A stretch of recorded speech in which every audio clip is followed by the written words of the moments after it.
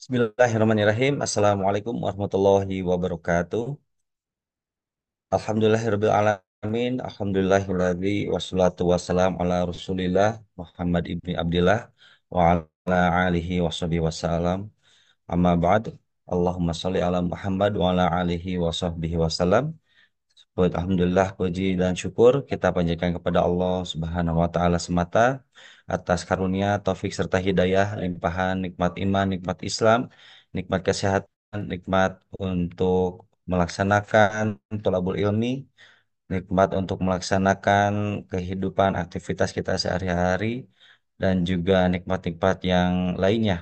Nikmat-nikmat yang begitu luas, yang begitu banyak yang telah Allah karuniakan hingga detik ini. Salawat serta salam tak lupa pula kita tumpah curahkan kepada uswah kita, kudwah kita, Nabiullah Muhammad Sallallahu Alaihi Wasallam ibni Abdillah, berikut kepada keluarganya, para sahabatnya, para tabi'at tabi'in, para ulama hingga kepada kita semua yang hadir di majelis Bumiku Mengaji.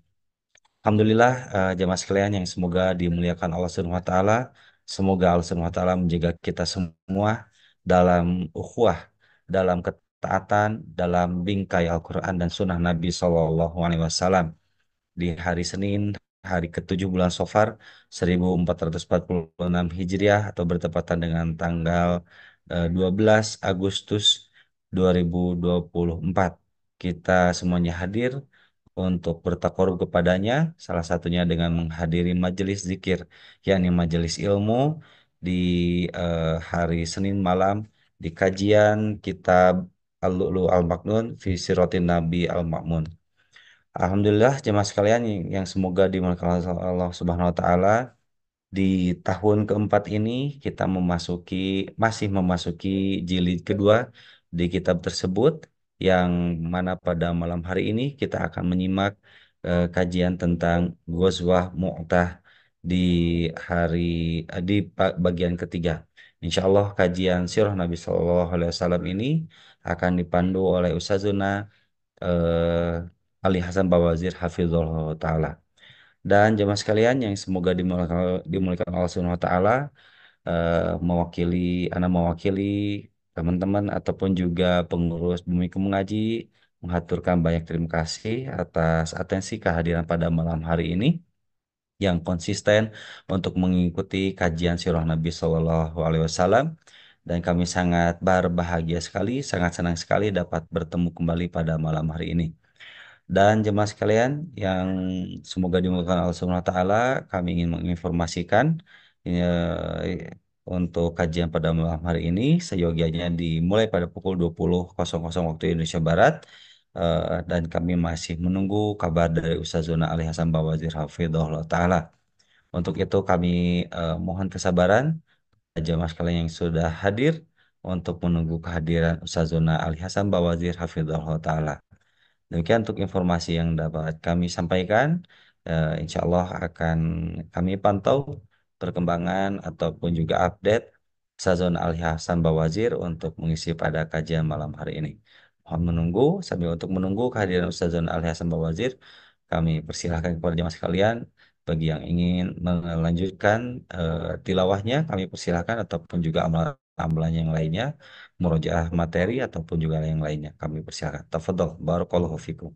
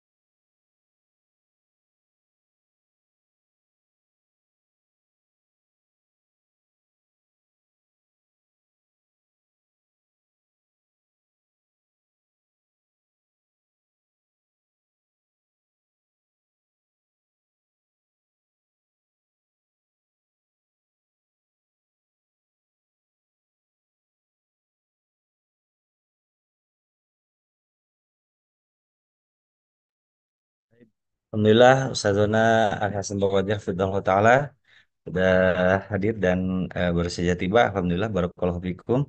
Assalamualaikum Ustazi, sehat? Waalaikumsalam warahmatullahi wabarakatuh. Sehat Kang Zai? Antum sehat? Alhamdulillah Gimana Ustaz, keadaan istri Masya Kang Zai? Allah. Iya waktu apa namanya dialihkan ke jam 9 itu. Milan ya. Wah ya udah nunggu ya. Akhirnya ngelonin anak malah ikut ketiduran. Allahu Akbar. Biasanya memang gitu. Kita Begitu yang Ustaz, ngelonin Masya Allah. anak, teman. Kita yang berangkat duluan, anaknya masih ketawa-ketawi. Iya, kalau ini Anda bareng. Gitu ya. Bareng ya Allahu Akbar ya. Makanya pas Masya Allah. bangun jam setengah tiga Allahu Akbar lupa. Baik, Oh, Alhamdulillah.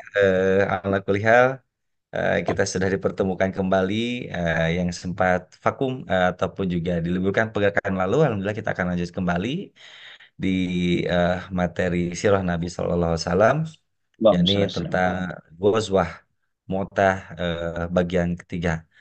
Tapi Ustadz, barangkali mau mempersiapkan sesuatu atau kalau sudah Sudah? siap kami Bismillah. persilakan langsung Nah, saja. Alhamdulillah. Barakallahu fi Allah Ustaz. ibarik Tafadhol.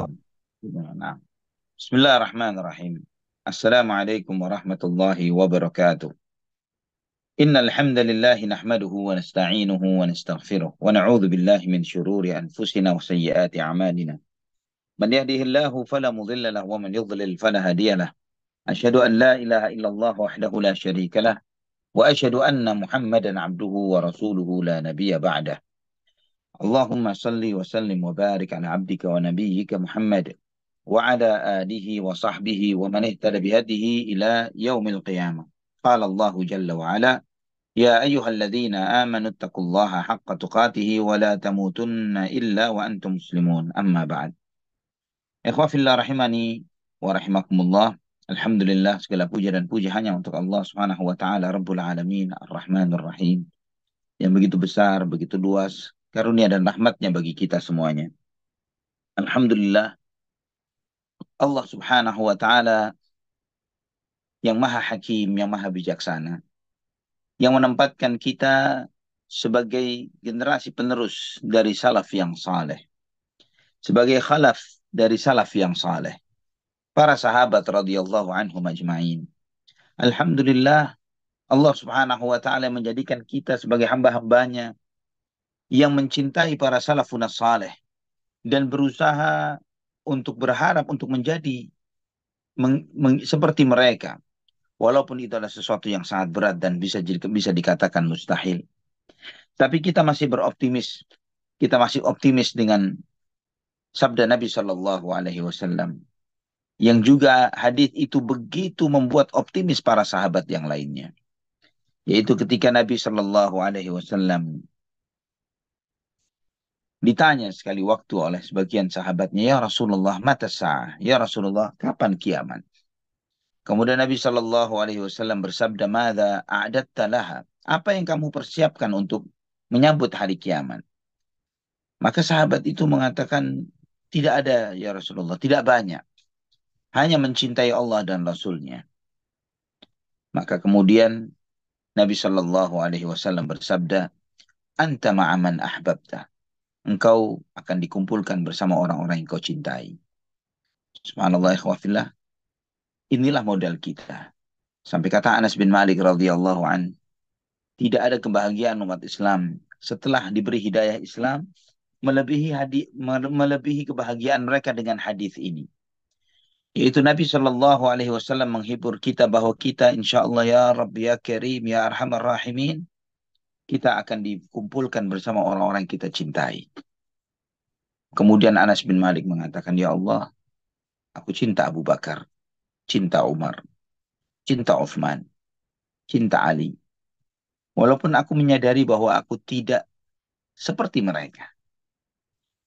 Jika seorang Anas bin Malik radhiyallahu an berkata seperti itu, wa huwa minas sahabah, dan beliau di antara para sahabat radhiyallahu an, pelayan Nabi sallallahu alaihi wasallam yang meriwayatkan cukup banyak hadis Rasulullah sallallahu alaihi wasallam yang mengajarkan kepada kita tentang hebatnya akhlak beliau sallallahu alaihi wasallam. Maka bagaimana dengan kita? Umat yang sangat jauh dari beliau dan para sahabat. Nah, semangat kita untuk ngaji sirah Nabi Muhammad SAW, semangat kita untuk lebih mengenal lebih dalam kehidupan Nabi SAW dan para sahabatnya. Insya Allah, semoga Allah Subhanahu Wa Taala mencatat itu sebagai bentuk kita mengekspresikan cinta kita kepada beliau Sallallahu Alaihi Wasallam. Antum, kita semuanya berusaha untuk secara maksimal untuk istiqamah di setiap Senin ini, setiap Senin malam. Yang ini kita sudah jalani tahun demi tahun, subhanallah, sejak pandemi, dan kita berlanjut sampai hari ini. Pembahasan kita, kita tidak pernah belok tentang urusan dunia, kita tidak pernah belok tentang urusan politik, kita tidak belok dengan urusan-urusan yang mengeluarkan kita dari kecintaan kepada Allah Subhanahu wa taala dan Rasulnya. Maka maka dengan ini ya fillah rahimani wa rahimakumullah, kita memohon agar semua jerih payah antum semuanya, jerih payah kita semuanya dicatat sebagai hasanat, sebagai kebaikan-kebaikan di sisi Allah Subhanahu wa taala.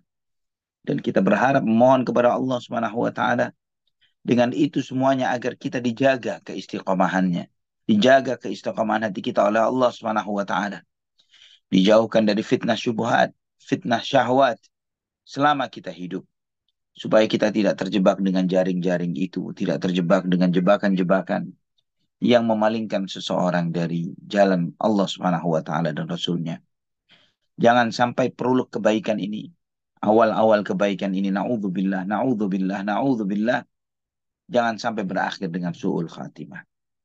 Jangan sampai kita termasuk di antara yang disebut oleh Nabi Shallallahu Alaihi Wasallam, wa inna minan nas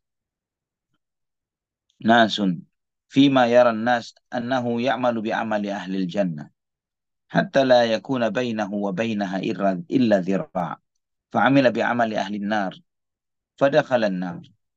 Sesungguhnya di antara manusia ada orang-orang yang dilihat manusia mereka beramal dengan amalan penghuni surga sampai jarak antara dia dan surga tinggal sehasta. Namun akhirnya dia melakukan perbuatan dosa-dosa, perbuatan para penghuni neraka. Dan dia ditutup matinya dengan keadaan seperti itu dan dia mati dalam keadaan su'ul khatimah, maka masuklah dia ke dalam api neraka. Jangan sampai kita menjadi orang yang seperti ini. Maka kita sebagai hamba yang tidak mengetahui nasib kita, tidak mengetahui hari esok, hanya bisa memohon, hanya bisa meminta, hanya bisa berharap. Semoga Allah Subhanahu wa taala zat yang maha membolak-balikkan hati, menetapkan hati ini di atas agamanya. Allah Subhanahu wa taala yang maha mengarahkan hati ini untuk senantiasa taat kepada Allah Subhanahu wa taala, agar kita tetap bisa istiqamah di dalam taat kepada Allah dan Rasulnya sampai akhir hayat kita, agar kita mendapatkan janji yang sebagaimana Allah janjikan. Wa man yuti'illah war rasul faulaika ma'al ladzina an'ama Allahu 'alaihim minan nabiyyin was-siddiqin wasyuhada was-salihin wa hasuna ulaika rafiqa. Barang siapa yang taat kepada Allah dan Rasulnya, maka mereka akan disatukan, digabungkan bersama para nabi, para siddiqin, para syuhada, dan orang-orang saleh. Ya Rabbana ya Karim, ya Arhamar Rahimin. Ikhwatan iman rahimani wa rahimakumullah. Pembahasan kita masih tentang perang Mu'tah, di mana di dalam peperangan ini Allah Subhanahu wa taala memunculkan figurnya, memunculkan salah satu bintangnya kaum muslimin, yaitu Khalid ibnul Walid radhiyallahu anhu. Sebagaimana Nabi Shallallahu Alaihi Wasallam menyampaikan di kota Madinah ketika terjadinya peperangan ini. Beliau di kota Madinah namun menyampaikan berita itu secara live kepada para sahabat. Hatta akhadha ar-rayata sayfun min suyufillahi hatta fatahallahu alaihim. Maka kemudian setelah gugurnya tiga pemimpin itu, maka kemudian panji ini diambil oleh salah seorang yang merupakan salah satu dari pedang Allah Subhanahu wa taala, dan Allah memberikan kemenangan kepada mereka. Abu Qatadah radhiyallahu an menyebutkan Famin yawma idzin summiya Khalid bin Walid Saifullah. Maka sejak hari itu Khalid ibn Walid disebut dengan Saifullah, pedangnya Allah Subhanahu wa taala. Ikhwatal iman rahimani wa rahimakumullah. Di dalam gempuran gelombang lautan tentara Romawi yang sedemikian besar dan banyaknya, Khalid ibn Walid menggiring dan mengawal kaum muslimin agar bisa bertahan dari gempuran tersebut. Sehingga di antara strategi yang beliau gunakan adalah beliau menjadikan bagian ujung depan tentara itu menjadi bagian belakang dan bagian belakangnya menjadi bagian depannya. Pasukan yang ada di sisi kanan diarahkan ke sebelah kiri dan sebelah kirinya diarahkan ke kanan. Maka ketika mereka bertemu di hari kedua peperangan, mereka melihat pasukan yang berbeda dengan pasukan yang kemarin, maka mereka mengatakan bahwa mereka telah mendapatkan bantuan dan pertolongan. Maka Khalid pun menghadapi mereka sampai mereka mengalami kekalahan yang luar biasa. Orang-orang Romawi mengalami kekalahan yang luar biasa. Dan mereka terbunuh banyak sekali di antara mereka. Kemudian Khalid ibn Walid mengawal mengarahkan pasukannya untuk menarik diri perlahan demi perlahan sampai mereka balik dengan selamat ke kota Madinah. Dan di dalam proses penarikan pasukan itu tidak ada satupun kaum muslimin yang menjadi korban. Ikhwatal iman rahimani wa rahimakumullah. Bagaimana bisa seorang panglima perang, pemimpin suatu pasukan yang memegang atau mengepalai memimpin 3.000 tentara di dalam gempuran dan kepungan 200.000 tentara.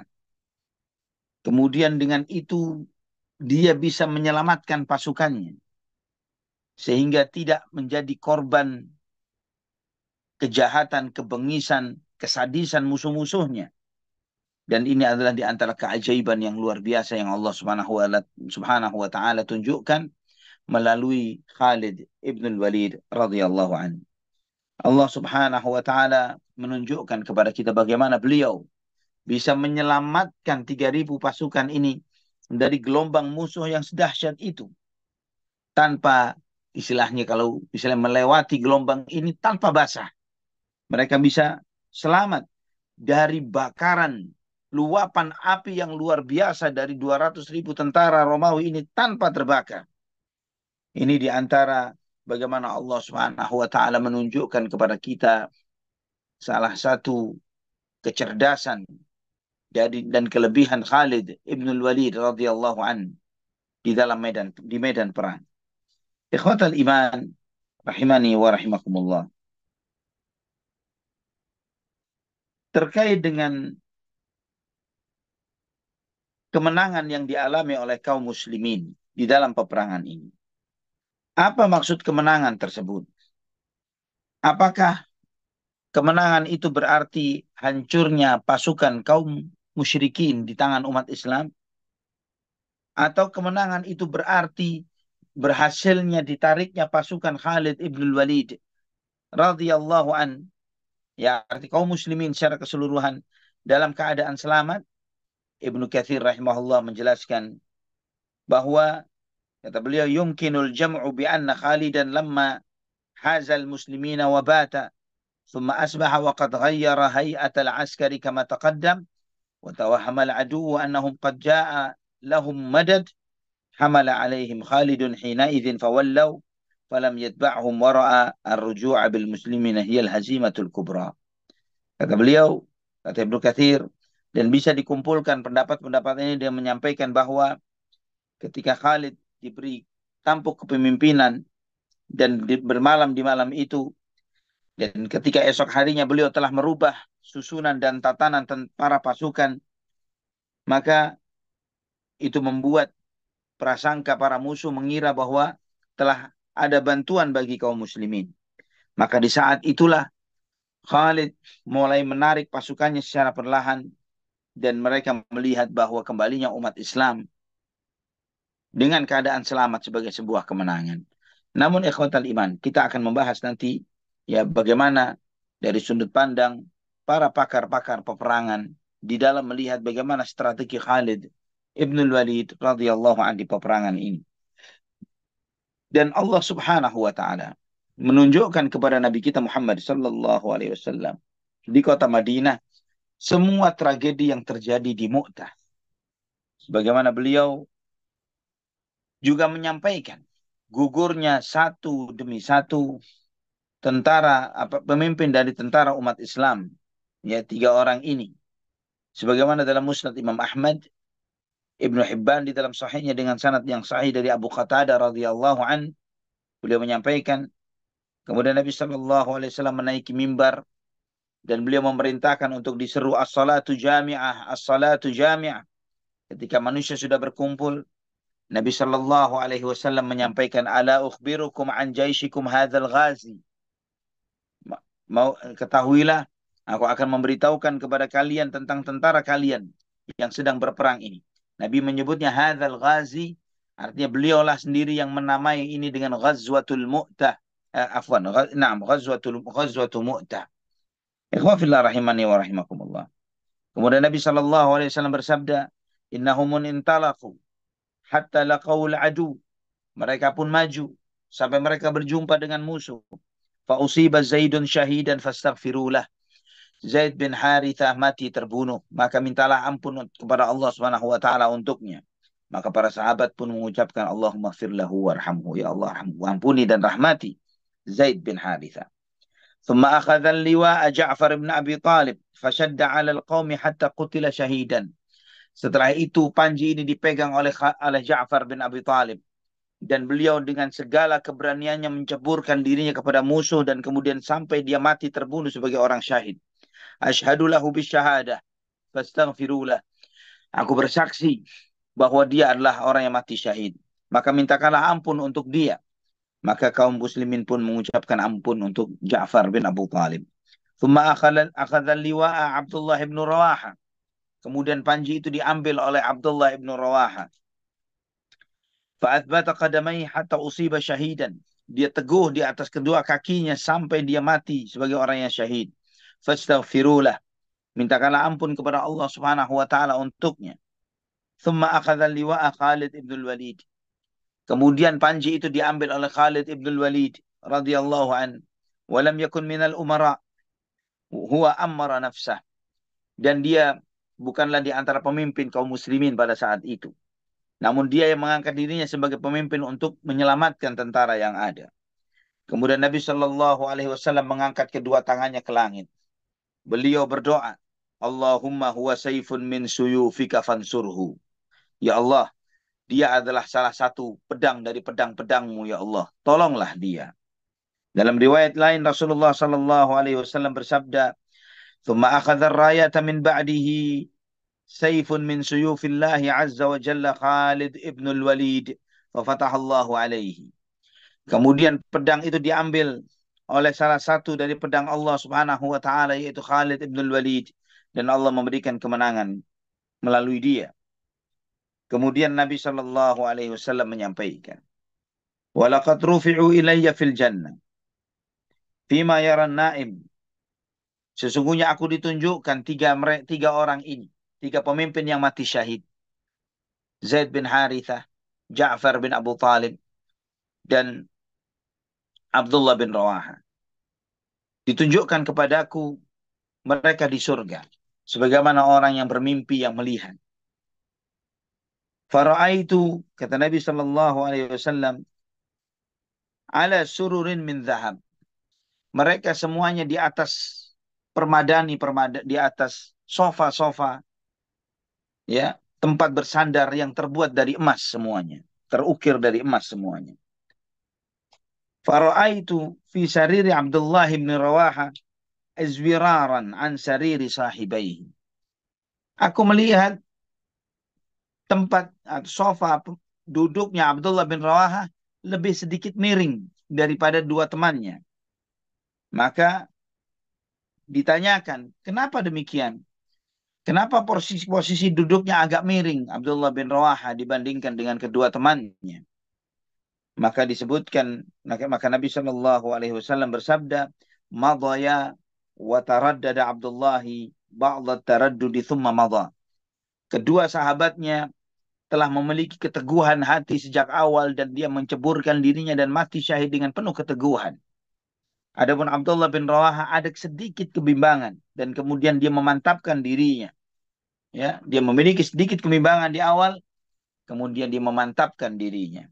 Dalam riwayat Ibnu Sa'ad dalam tabaqatnya, Al-Baihaqi dalam Dalailun Nubuwahnya menyebutkan bahwa Nabi Shallallahu Alaihi Wasallam bersabda, "Dakhala Abdullah bin Rawaha mu'taridan." Ya Rasul, qila, ya Rasulullah, ma'tiraduhu. Abdullah bin Rawaha masuk dengan agak sedikit miring. Kemudian ditanya, ya Rasulullah, apa yang menyebabkan itu? Kata Nabi sallallahu alaihi wasallam, "Lamma asabathu jirahatu nakala fa'ataba nafsahu fatashajja'a fastushhida." Ketika dia terluka, dia sempat kendur hatinya. Maka dia menegur dan mengingatkan hatinya, meneguhkan hatinya dengan sungguh-sungguh, maka dia pun bersungguh-sungguh dan dia mati syahid. Radhiyallahu anhum ajma'in. Ikhwatal iman rahimani wa rahimakumullah. Di dalam Sahih Bukhari disebutkan akan kemenangan umat Islam di dalam peperangan ini. Sebagaimana di dalam sahihnya dari Anas bin Malik radhiyallahu an, Nabi sallallahu alaihi wasallam bersabda, "Hatta akhadha ar-rayata sayfun min suyufillahi hatta fatahallahu alaihim." Maka panji itu diambil oleh salah satu pedang Allah dan Allah memberikan kemenangan kepada mereka. Ikhwatal iman. Adapun dalam riwayat Ibnu Sa'ad di dalam tabaqatnya, dia menyebutkan bahwa yang menang adalah Romawi. Ya, sebagaimana dia menyebutkan dalam tabaqatnya dari Abu Amir, kemudian kaum muslimin kalah dengan kekalahan yang sangat fatal yang belum pernah aku melihat sebelumnya. Namun yang sahih adalah sebagaimana disebutkan oleh Ibnu Ishaq di dalam sirahnya bahwa masing-masing pasukan dalam kondisi ini mereka sama-sama menarik. Ya, sama-sama menarik diri. Itulah yang dirajihkan oleh Imam Ibnu Qayyim Al-Jauziyah di dalam kitab Zadul Ma'adnya. Ikhwatal iman rahimani wa rahimakumullah. Apapun yang disimpulkan dari kejadian ini, namun pertemuan dua pasukan yang seperti ini yang dengan segala ketimpangan dan kesenjangannya dan hasilnya itu memberikan kesan yang luar biasa bagi pasukan umat Islam. Maka Syekh Safiyur Rahman Mubarak Kafuri rahimahullah di dalam Ar-Rahiqul Maktum, beliau menyebutkan bahwa banyak perbedaan riwayat yang menjelaskan tentang akhir dari peperangan ini. Dan kemudian kata beliau, setelah melihat dari sejumlah riwayat dan bahkan dari seluruh riwayat yang ada, bahwa itu menunjukkan Khalid ibn Walid radhiyallahu an berhasil bertahan di hadapan tentara Romawi sepanjang siang itu di hari pertama, ya, di hari pertama. Dan kemudian dia berinisiatif untuk perlunya membuat strategi peperangan di dalam hal ini, yang itu akan menggentarkan hati tentara Romawi. Sehingga dengan demikian bisa membuat kaum muslimin memiliki peluang dan kesempatan untuk menarik diri tanpa adanya serangan mendadak dan tiba-tiba dari tentara Romawi. Dan Khalid menyadari, dia sangat menyadari bahwa terkaman taring-taring musuh pada saat itu begitu kuatnya di dalam mengepung dan ingin menghabisi umat Islam. Andai kata umat Islam 3.000 pasukan yang tersisa yang ada ini, mereka berhasil diporak-porandakan, maka habislah mereka. Maka di hari yang kedua, Khalid pun merubah posisi pasukan umat Islam. Dan ketika mereka melihat wajah-wajah baru di hadapan mereka, mereka sudah menduga di sini ada pasukan bantuan, ada pertolongan. Dan itu membuat gentar hati mereka. Karena di hari pertama sudah banyak korban Romawi yang berjatuhan. Dan ketika dua pasukan ini bertemu, berseteru, berperang satu dengan yang lainnya, maka umat Islam sedikit demi sedikit mundur. Ya, tetap menjaga keutuhan pasukan 3.000 ini, mereka pelan-pelan mereka mundur, mereka mundur, mereka mundur.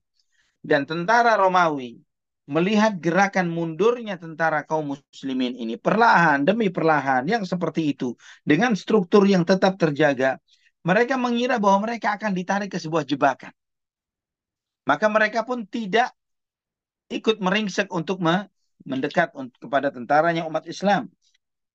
Maka mereka pun menduga bahwa mereka akan ditarik ke tengah padang pasir, di mana di situ ada pasukan lain yang menunggu, sebagaimana yang sudah ada dengan wajah-wajah baru yang mereka hadapi. Maka melihat kondisi yang seperti ini, tentara Romawi yang bertahan, yang melihat tentara umat Islam mundur perlahan demi perlahan, membuat mereka pun harus mundur menarik diri. Jadi kedua-duanya pulang, dan mereka tidak berpikir, Romawi tidak berpikir untuk mengejar tentara kaum muslimin. Dan umat Islam bisa kembali dengan selamat, ya, dan mereka pulang ke Madinah dalam keadaan selamat. Walillahil hamdu wal minna. Ikhwatal iman rahimani wa rahimakumullah. Abdullah putra Ja'far bin Abu Talib radhiyallahu anhu menceritakan bahwa setelah wafatnya ayahnya, Nabi Shallallahu Alaihi Wasallam tidak segera datang untuk berduka cita atau bertakziah sampai di hari yang ketiga. Sampai di hari yang ketiga Nabi Shallallahu Alaihi Wasallam mendatangi mereka. Nabi Shallallahu Alaihi Wasallam bersabda, "La tabku ala akhi ba'dal yaum. Ud'u ilayya ibnai akhi." Janganlah kalian menangisi saudaraku setelah hari ini. Akhirnya Nabi SAW mendiamkan mereka, menangis selama 3 hari sebelumnya. Setelah itu di hari yang ketiga ini, Nabi SAW menghampiri mereka, mendatanginya dan mengatakan, jangan kamu tangisi saudaraku. Mana kedua keponakanku, kata Nabi SAW. Kemudian Nabi SAW dipertemukan dengan kedua anak dari Ja'far bin Abu Talib, ya, yang bernama Muhammad dan Abdullah. Muhammad dan Abdullah. Ketika bertemu dengan Nabi, Nabi SAW melihat rambut dua anak kecil ini penuh dengan kutu, ya, penuh dengan kutu. Maka Nabi SAW panggilkan tukang cukur. Dipanggilkan tukang cukur, maka dicukurlah kepala-kepala rambut-rambut kami, kata Abdullah. Ya, dibersihkan, dicukur rambutnya supaya sembuh dari penyakit kutu ini tadi. Kemudian Nabi SAW bersabda, "Amma Muhammadun fasyabihu ammana Abi Talib. Wa amma Abdullah fasyabihu khalqi wa khuluqi." Adapun Muhammad, ya, Muhammad dan Abdullah. Muhammad wajahnya mirip dengan paman kami, yaitu Abu Talib. Ayahnya Ja'far, ya, ini kakeknya Muhammad. Adapun Abdullah, dia mirip fisiknya dan akhlaknya mirip dengan aku, kata Nabi Shallallahu Alaihi Wasallam. Abdullah bin Ja'far bin Abi Talib. Kemudian ikhwatal iman. Setelah itu Nabi Shallallahu Alaihi Wasallam berdoa, Allahumma khluf Ja'faran fi ahlihi wa barik li Abdillahi fi safqati yaminihi. Ya Allah, dan jadikanlah engkau sebagai pengganti untuk Ja'far di keluarganya. Dan berkahilah Abdullah, ya, anak Ja'far ini, di dalam semua jerih payah dan usahanya. Nabi berdoa itu 3 kali. Allahumma khluf Ja'faran fi ahli wa barik li Abdillahi fi safqati yamini. Diulang 3 kali oleh Nabi Sallallahu Alaihi Wasallam untuk agar keluarga Ja'far tidak kekurangan dan agar anaknya Ja'far yang bernama Abdullah diberi kecukupan dan diberi keberkahan di setiap amal usaha yang dia lakukan. Ikhwatal iman rahimani wa rahimakumullah. Di saat Nabi SAW menjenguk keluarga Ja'far yang ditinggal mati oleh ayah mereka atau oleh suaminya, ibu kami, ya, kata Ja'far, kata Abdullah bin Ja'far, ibu kami yaitu Asma binti Umais menemui Nabi Shallallahu Alaihi Wasallam dan menceritakan tentang bahwa, ya Rasulullah, dua anak yatim ini anak-anak yatimnya Ja'far. Bagaimana dia meninggalkan anak-anak yatim dan tidak tahu bagaimana membiayai mereka dan seterusnya. Kemudian Nabi Shallallahu Alaihi Wasallam pun bersabda, "Al-ailata takhafina alaihim wa ana waliyuhum fid dunya wal akhirah." Apakah kamu mengkhawatirkan kemiskinan atas mereka? Tidak cukup penghidupan untuk mereka. Aku yang menjadi walinya mereka di dunia dan di akhirat. Di sini Nabi SAW menyebutkan bahwa beliau yang menanggung biaya anak-anak yatim dari anak-anaknya Ja'far bin Abu Thalib radhiyallahu anhu. Di sini juga mengajarkan kepada kita, ikhwah fillah, menyebutkan kepada kita bahwa oleh yang dialami oleh keluarga Ja'far ini bukanlah satu-satunya. Nabi Shallallahu Alaihi Wasallam banyak menanggung anak-anak yatim dari para sahabat radhiyallahu anhum. Dan itulah yang menunjukkan kepada kita bagaimana seorang pemimpin, bagaimana seorang nabi yang beliau mengajak kepada sesuatu yang ma'ruf. Dan beliau adalah imamnya di dalam menjalankan yang ma'ruf tersebut. Ikhwatal iman rahimani wa rahimakumullah. Imam Bukhari dan Muslim meriwayatkan dari Aisyah radhiyallahu anha bahwa ketika datang berita kematian Zaid bin Harithah, Ja'far bin Abu Talib, Abdullah ibn Rawaha radhiyallahu anhum, Nabi Shallallahu Alaihi Wasallam duduk di masjid dan terlihatlah kesedihan pada wajahnya. Dan aku mengintip dari pintu, kata Aisyah. Karena Nabi SAW duduk di masjid dan dekat pintu, dekat rumah Aisyah. Aku mengintip dari pintu ada seseorang menemui Nabi Shallallahu Alaihi Wasallam dengan mengatakan, ya Rasulullah, inna nisa Ja'far dakwa, bahwa istrinya Ja'far meratap, menangis. Ya, kemudian Nabi SAW memerintahkan lelaki tersebut untuk mendatangi keluarganya Ja'far dan melarang mereka untuk meratap. Orang itu balik lagi dan mengatakan, qad nahaituhunna wa dzakara annahum lam yuti'nahu. Aku sudah ingatkan ya Rasulullah, tapi mereka memilih untuk tidak mendengarkanku. Maka tetap Nabi SAW mengingatkannya. Menyampaikan kepada sahabat tadi, balik ingatkan mereka supaya jangan meratap dan menangis. Kemudian orang itu pun balik ke rumah Ja'far menasihati mereka. Namun dia balik lagi kepada Nabi SAW dengan mengatakan, wallahi laqad wallahi qad ghalabnana. Ya Rasulullah, saya kalah dengan mereka. Mereka tetap bersikuku dengan ratapan dan tangisannya. Faza'amtu anna Rasulullah SAW qala fahthu fi afahihinna minat turab. Bahkan aku sampai katakan bahwa Nabi menyuruh kalian untuk ditaburi mulutnya dengan tanah, ya, ketimbang kalian meratap seperti itu. Bismillah. Aisyah pun ketika mendengarkan dialog itu dari balik pintu, dia mengatakan, wa arghamallahu anfak, fa wallahi ma anta taf'al wa ma tarakta Rasulullah SAW minal ana. Ya, kasihan kamu ini, kata Aisyah. Kamu belum nggak berbuat apapun, ya, seperti kamu nggak berbuat apapun, dan malah kamu menyusahkan Nabi Shallallahu Alaihi Wasallam. Kemudian Nabi Shallallahu Alaihi Wasallam pun berpesan kepada istri-istrinya, isna'u li ali Ja'far ta'aman, faqad atahum amrun yushghiluhum, au atahum ma yashghaluhum. Buatkanlah makanan untuk keluarga Ja'far, karena mereka sedang kedatangan sesuatu yang menyibukkan mereka. Ya, sesuatu yang menyibukkan mereka. Di sini ikhwafillah menunjukkan kepada kita hadis ini sahih, ya, asalnya dalam Sahih Bukhari dan Muslim, namun juga diriwayatkan oleh Imam Ahmad, Ibnu Majah, dan yang lainnya. Bahkan di dalam Sunan Ibnu Majah disebutkan oleh beliau, Kitabul Janaiz bab ma ja'a fit ta'am yub'atsu ila ahli al-mayyit. Ya, bab tentang membuat makanan dan dikirim kepada keluarga yang kematian. Nah, ini sanadnya hasan.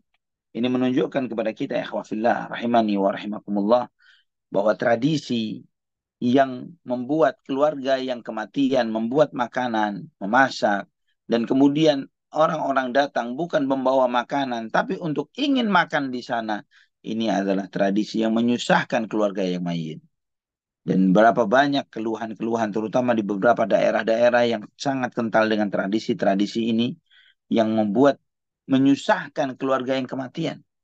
Bahkan anak pernah ingat di komplek anak ini, tidak jauh dari komplek anak ini, salah satu masjid yang berinisiatif karena beratnya biaya untuk acara-acara bid'ah ini sesudah kematian, maka dibuat iuran, ya, cicilan. Ya, iuran cicilan semacam arisan seperti itu yang akan ditarik oleh salah satu anggota keluarga yang kematian. Konteksnya apa? Konteksnya adalah untuk menghidupkan atau membiayai biaya acara-acara bid'ah itu tadi. Alhamdulillah, tidak lama setelah keputusan itu disampaikan oleh salah satu ustadz mereka, Ana diberi amanah untuk memegang bagian dakwah di masjid tersebut. Maka kemudian Ana berinisiatif sebagaimana yang pernah dijalani oleh banyak ikhwah di beberapa kota. Ya, Ana melihat bahwa urusan kematian ini urusan kesedihan. Bagaimana kemudian orang itu dibebani dengan hal-hal yang seperti ini. Dan itu menyelisihi sunnah. Malah sebaliknya, harusnya di saat kematian dia disupport, dibantu. Ya, apakah dia itu punya tabungan di kita atau tidak dan lain sebagainya. Karena kondisi kesedihan itu tidak bisa direncanakan dan diprediksi. Maka kemudian Anda sampaikan bahwa kita sediakan secara gratis semua biaya perawatan untuk jenazah. Ya, dari perlengkapan kain kafan sampai memandikannya, mobil ambulansnya dan lain sebagainya tanpa biaya dengan 0 rupiah. Ya, pada saat itu memang sanggupnya sampai di sana. Sedang misi atau visi anak-anak berharap bahwa bukan cukup berhenti sampai di sana, tapi sampai menyediakan kuburannya pun dengan gratisan. Ya, bagaimana kita bisa mendapatkan itu semuanya dengan sedekah dan wakaf, dengan sedekah dan wakaf. Anak masih ingat ketika anak memegang kepengurusan itu bahwa kami sampai memiliki 200 paket jenazah. Jadi kain kafan lengkap itu kalau tiba-tiba ada 200 jenazah mendadak sekaligus, insya Allah kita nggak kewalahan untuk menanganinya. Nah ini untuk meringankan beban keluarga yang sedang terkena musibah ini. Ya, dan itu pun ya termasuk misalnya mereka butuh tenda, butuh meja kursi, mereka butuh perlengkapan memandikan dan krunya yang memandikannya semuanya telah disiapkan dan itu semuanya lillah karena Allah Subhanahu wa taala. Dan alhamdulillah dengan gerakan yang seperti ini arisan untuk acara bid'ah itu bubar gerak. Ya, arisan itu tutup dengan sendirinya karena pengikutnya yang lain mereka mengatakan ngapain kita ikut arisan sedangkan sudah ada yang gratis. Ya, walillahil hamdu wal minnah. Ini di antara keberkahan ketika kita menghidupkan sunnah Nabi Sallallahu Alaihi Wasallam. Ketika antum menghidupkan sunnah, maka antum mematikan bid'ah. Termasuk di dalam konteks ini, ketika Anda menyuarakan yang seperti itu, maka itu membuat marah dai-dai mereka, ustaz-ustaz mereka yang masih menyuarakan itu kan karena itu adalah sumber pendapatan bagi mereka. Ya, perbedaan antara kita dengan mereka seringkali bukan masalah beda pendapat, tapi masalah pendapatan. Ya, pendapatan mereka menjadi hilang karena adanya sunnah Nabi Sallallahu Alaihi Wasallam. Walillahilhamdu wal minnah dan qaddarallahu ma syaa fa'al karena mendapatkan penentangan dan lain sebagainya membuat uh, anak tidak boleh lama-lama menjabat di posisi bagian dakwah di masjid tersebut. Tapi setidaknya meninggalkan sunnah hasanah, ya sunnah yang baik bahwa bagaimana kita ketika ada jenazah atau keluarga seseorang sedang ditimpa musibah, janganlah menambahkan musibah dengan merepotkan mereka untuk memasak, menyediakan makanan, dan yang semisalnya. Bahkan sebaliknya adalah sibukkanlah kita yang tidak tetangga atau sahabat dari keluarga yang sedang ditimpa musibah itu, kita menyibukkan dengan menyediakan makan, membuat masakan, dan lain sebagainya, dan mengirimkan kepada mereka untuk memberikan hiburan kepada keluarga tersebut. Ikhwatal iman rahimani wa rahimakumullah. Ada sebuah riwayat dhaif ya yang disebutkan oleh Imam Ahmad di dalam musnadnya dari Asma binti Umais radhiyallahu anha beliau menyampaikan Nabi Shallallahu Alaihi Wasallam menemuiku di hari ketiga setelah kematian Ja'far dan mengatakan la tuhiddi ba'da yaumiki hada ya janganlah kamu meninggalkan perhiasan setelah hari ini. Maksudnya ihdad itu artinya ketika seorang sedang menjalani masa iddah dia tidak boleh menggunakan dandanan dan perhiasan. Riwayat dhaif ini menyebutkan Nabi melarang Asma binti Umais. Namun ya alhamdulillah riwayatnya dhaif dan itu bertentangan dengan riwayat yang sahih dari Nabi Shallallahu alaihi wasallam. Beliau bersabda, "La yahillu limri'atin tu'minu billahi wal yawmil akhir an tuhidda 'ala mayyitin fawqa thalathin illa 'ala zawjin arba'ata ashhurin wa ashra." Tidak halal bagi seorang wanita yang beriman kepada Allah dan hari akhir untuk menjalani menjalani ihdad, yaitu tidak bersolek dan berhias karena kematian seseorang melebihi 3 hari. Itu tidak boleh. Kecuali suami. Dia harus melakukan itu selama 4 bulan 10 hari. Ya, ketika ditinggal mati oleh suami, maka berapa lama masa iddahnya? 4 bulan 10 hari. Yang diantara konsekuensi masa iddah itu adalah dia tidak boleh berhias. Tidak boleh menggunakan perhiasan dan yang semisalnya. Bersolek, make up dan yang semisalnya. Ikhwatal iman rahimani wa rahimakumullah. Dan Nabi Shallallahu Alaihi Wasallam yang membiayai anak-anaknya Ja'far bin Abu Talib radhiyallahu anhu. Ya, dan beliau sangat care, sangat peduli dengan mereka. Sebagaimana Imam Muslim meriwayatkan di dalam sahihnya, juga Imam Ahmad dalam musnadnya, ya, dari Jabir bin Abdullah radhiyallahu anhuma, Nabi Shallallahu Alaihi Wasallam sekali waktu berkata kepada Asma binti Umais radhiyallahu anha, Nabi Shallallahu Alaihi Wasallam bertanya, "Ma sya'nu ajsami bani akhi dhari'atan atusibuhum hajah?" Kata Nabi Shallallahu Alaihi Wasallam, "Kenapa keponakan-keponakanku ini kok kurus-kurus?" Kata Nabi Shallallahu Alaihi Wasallam. Ya, apakah karena kurang makan? Kata Nabi Shallallahu Alaihi Wasallam begitu. Kenapa kok kurus-kurus? Apa kurang makan, kurang konsumsi sehingga sampai mengalami yang seperti ini? Kemudian Asma mengatakan, la, walakin tusra'u ilaihimul ain. Afanarqihim? Tidak ya Rasulullah, tapi sepertinya dia kena ain, kata Nabi, kata Asma, kata ibunya. Apakah boleh saya meruqyahnya, meruqyah kedua anakku ini ya Rasulullah? Maka Nabi Shallallahu Alaihi Wasallam pun bertanya, Fabimadza, dengan apa kamu meruqyahnya? Fa'aradtu alaihi. Maka aku sampaikan ruqyah yang dibacakan oleh Asma kepada Nabi Shallallahu Alaihi Wasallam. Setelah itu Nabi Shallallahu Alaihi Wasallam bersabda, irqihim, ya, ruqyahlah mereka. Ya, diperintah untuk meruqyah ya anak yang terkena ain, ya, terkena mata yang menyebabkan mereka itu susah gemuk, jadi gampang kurus, kadang sakit-sakitan, dan yang semisalnya. Ikhwatal iman rahimani wa rahimakumullah. Juga dalam Sunan Ibnu Majah dengan sanad yang jayyid, Musnad Imam Ahmad ya dengan sanad yang hasan dari Asma binti Umais radhiyallahu anha, beliau menyebutkan, ya Rasulullah, inna bani Ja'far tusibuhumul ain, afa astarqi lahum? Ya Rasulullah, sesungguhnya anak-anak Ja'far terkena ain. Bolehkah aku meminta untuk diruqyah untuk mereka? Maka Nabi Shallallahu Alaihi Wasallam pun bersabda, "Naam, falau kana syai'un sabiqal qadar la sabaqathul ain." Kata Nabi, iya. Andai kata ada sesuatu yang bisa mendahului takdir, maka itu akan didahului oleh ain, oleh mata. Imam Nawawi rahimahullah menjelaskan maksud dari hadis ini. Hadis ini menunjukkan tentang benarnya beriman kepada takdir. Iman kepada takdir adalah sesuatu yang hak, ya, dan itu adalah hak dengan nas-nas yang sahih dan ijma'nya ahlus sunnah. Dan makna dari hadis ini adalah bahwa segala sesuatu itu terjadi dengan takdirnya Allah Subhanahu wa taala. Dan tidak akan terjadi sesuatu kecuali sesuai dengan apa yang telah Allah Subhanahu wa taala tetapkan dan takdirkan dan yang telah diketahui oleh Allah Subhanahu wa taala sejak dahulu kala. Maka tidak akan terjadi madarat, bahaya dari ain, jadi mata tertentu ataupun yang lainnya, baik itu memberikan dampak baik ataupun buruk, kecuali itu semuanya dengan takdirnya Allah Subhanahu wa taala. Dan ini juga menunjukkan bahwa masalah ain itu ada, benar, dan dampaknya sangat kuat di dalam memberikan bahaya kepada seseorang. Itu yang disampaikan oleh Imam An-Nawawi rahimahullah di dalam syarah Sahih Muslim. Ikhwatal iman rahimani wa rahimakumullah. Ibnu Ishaq menyebutkan sebuah riwayat tentang kedatangan pasukan kaum muslimin ke kota Madinah. Ketika tentara itu mendekati kota Madinah, Nabi SAW menyambut mereka.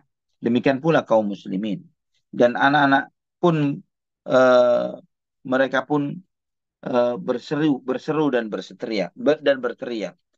Sebagian orang ada yang menaburkan tanah ke mereka dengan mengatakan, ya furrar, farartum fi sabilillah, wahai orang-orang yang lari, kalian lari dari jalan Allah. Namun Nabi Shallallahu Alaihi Wasallam menjawab, laisu bil furrar, walakinnahumul kurrar, insyaallah. Mereka bukan orang-orang yang lari, mereka adalah orang yang menarik diri dan mereka akan kembali lagi ke medan jihad lainnya, insyaallah. Kata Ibnu Katsir rahimahullah ketika menanggapi riwayat ini. Riwayat ini di satu sisi adalah riwayat yang mursal. Ya, riwayat mursal Ini dhaif. Dan juga fihi gharabah. Ada keanehan di dalam riwayat itu. Dan menurutku, kata Ibnu Katsir, wa indi anna Ibnu Ishaq qad wahima fi hadha siyaq. Bahwa Ibnu Ishaq salah di dalam meriwayatkan hal ini. Wa dhanna anna hadha al-jumhur al-jaysh wa innama kana lilladzina farru min hina iltaqal jama'an. Ya, sehingga mereka orang-orang itu mengira tentang pasukan ini bahwa mereka lari ketika dua kelompok itu bertemu. Wa amma baqiyatuhum lam yafirru bal nusiru. Padahal kenyataannya mereka tidak lari, namun mereka diberi kemenangan oleh Allah Subhanahu wa taala sebagaimana disampaikan oleh Nabi sallallahu alaihi wasallam ketika beliau di atas mimbar, beliau bersabda, "Tsumma akhadha ar-rayata sayfun min suyufillahi fa fatahallahu ala yadayhi." Kemudian panji itu diambil oleh salah satu dari pedang Allah dan Allah memberikan kemenangan melalui tangannya. Ya, dan tidak sepantasnya kata Ibnu Katsir rahimahullah para sahabat ini kaum muslimin yang berperang di perang Mu'tah ini disebut dengan orang-orang yang lari, ya, karena mereka mendapatkan penghormatan dan pemuliaan. Dan ini seharusnya kata beliau bahwa yang menabur tanah yang ditaburkan itu untuk orang-orang yang lari, sedangkan mereka tidak seperti itu. Berapa banyak tentara umat Islam yang mati terbunuh pada saat itu, ikhwatal iman? Dijelaskan di dalam sirah Ibnu Hisham dan juga Ibnu Ishaq di dalam sirahnya beliau menyebutkan nama-nama para syuhada di dalam perang Mu'tah ini. Beliau menyebutkan bahwa korbannya umat Islam adalah 12 orang. 12 orang. Adapun tentara Romawi, berapa banyak pasukan yang mati terbunuh di dalam peperangan itu? Jumlahnya sangat banyak dan tidak terhitung. Ya, yang sangat banyak dan tidak terhitung. Sebagaimana dijelaskan oleh Ibnu Katsir rahimahullah, wa hadza 'azimun jiddan. Ini sangat menakjubkan, sangat luar biasa kata beliau. An yataqatala jaishani muta'adiyani fid din. Bertemunya dua pasukan yang saling berperang, yang kedua-duanya berperang saling memusuhi karena agama. Adapun yang satu kelompok adalah kelompok yang berperang di jalan Allah Subhanahu wa taala yang jumlahnya 3.000 orang, dan kelompok yang lainnya kelompok yang kafir yang jumlahnya 200.000 tentara, di antara Romawi 100.000 dan Nasrani Arab ada 100.000, yang mereka saling muncul dan saling support, saling tolong menolong satu dengan yang lainnya. Namun ternyata dengan kondisi yang sehebat itu, mereka 200.000 ini yang terbunuh dari kaum muslimin cuma 12 orang saja. Sedangkan yang terbunuh di antara mereka begitu banyaknya. Sampai Khalid ibn al-Walid radhiyallahu an sendiri beliau menyampaikan, laqad indaqat fi yadi yawma idzin tis'atu asyafin wa ma sabarat fi yadi illa sahifatun yamaniyah. Sesungguhnya telah terpatahkan melalui tanganku ini ada 9 pedang, yang tersisa 1 pedang dari Yaman, kata beliau. Ikhwatal iman, apa yang terjadi dengan 9 pedang itu sampai patah semuanya? Itu menunjukkan begitu banyaknya korban yang berguguran melalui pedangnya Khalid ibn Walid. Pedang-pedangnya Khalid ibn Walid radhiyallahu anhu wa arda. Ikhwatal iman rahimani wa rahimakumullah. Dan bagaimana Allah tidak memberikan kemenangan kepada mereka. Tentara yang merupakan murid-murid Rasulullah sallallahu alaihi wasallam, para pengemban risalah Al-Qur'an, yang mereka berhadapan dengan para penyembah salib, yang mereka ini dilaknat oleh Allah Subhanahu wa taala, ya, yang mereka melakukan peribadatan kepada selain Allah Subhanahu wa taala, dan mereka ini pasukan umat Islam termasuk di antara orang-orang yang Allah sebutkan, kata Ibnu Katsir, sebagaimana Allah sebutkan di dalam surat Ali Imran ayat 13. Allah berfirman, "Qad kana lakum ayatun fi fi'atayn iltaqata, fi'atun tuqatilu fi sabilillahi wa ukhra kafiratun yarawnahum mithlaihim ra'yal 'ain, wallahu yu'ayyidu binasrihi man yasha, inna fi dzalika la'ibratan liulil absar." Sesungguhnya kalian telah mendapatkan tanda kebesaran Allah dari dua kelompok yang saling bertemu. Satu kelompok berperang di jalan Allah Subhanahu wa taala, dan yang kelompok yang satunya lagi kafir, yang mereka melihat musuhnya 2 kali lipat lebih banyak.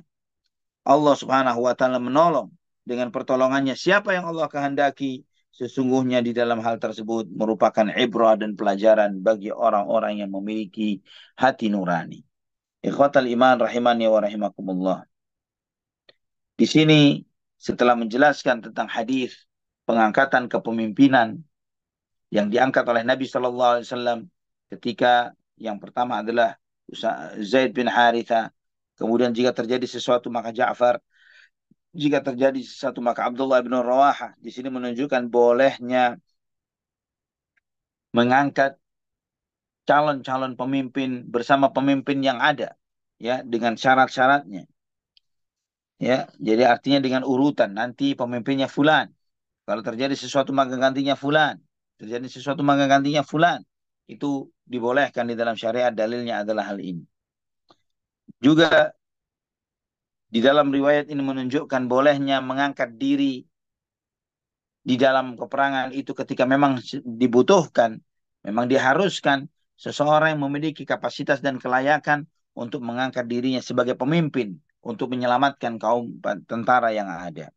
Dan juga di sini juga menunjukkan bolehnya berijtihad, ya. Sedangkan Nabi SAW masih hidup, ya. Para sahabat berijtihad untuk mengangkat Khalid ibn Walid radhiyallahu anhu sebagai pemimpin mereka. Itu bukan dari arahan Nabi kita Muhammad bin Abdullah sallallahu alaihi wasallam. Dan juga kita melihat besarnya tanda kenabian Nabi Muhammad sallallahu alaihi wasallam, ya, dari sejumlah mukjizat yang beliau sallallahu alaihi wasallam sampaikan mulai dari awal tentang pencalonan tiga orang pemimpin ini yang ketiga-tiganya mati syahid. Termasuk juga apa yang beliau sallallahu alaihi wasallam sampaikan. Beliau di kota Madinah menyampaikan semua kronologi peperangan, dan beliau sallallahu alaihi wasallam di kota Madinah.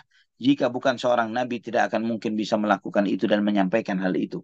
Termasuk juga tentang apa yang beliau Shallallahu Alaihi Wasallam sampaikan tentang bagaimana endingnya peperangan ketika diangkatnya panji itu oleh salah seorang pedang Allah Subhanahu Wa Taala, yang melalui tangannya Allah Subhanahu Wa Taala memberikan kemenangan.